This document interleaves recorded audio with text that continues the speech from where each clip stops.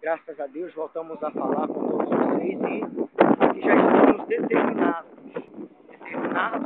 a alcançar as grandezas de Deus para a sua vida. Nós estamos nessa caminhada desde 4 para as 5 da manhã e nessa fé que nós estamos saindo de Monte Pasto até o encontro da cidade de Aratuípe, aonde está o altar do Sinai.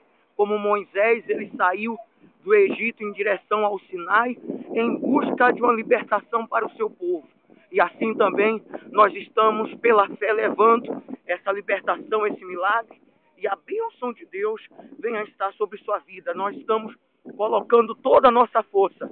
É um exemplo de força, porque nós estamos indo diretamente, sem muitas paradas, sem relaxar, simplesmente uma massagem ou outra, mas na fé de que Deus vai te dar vitória.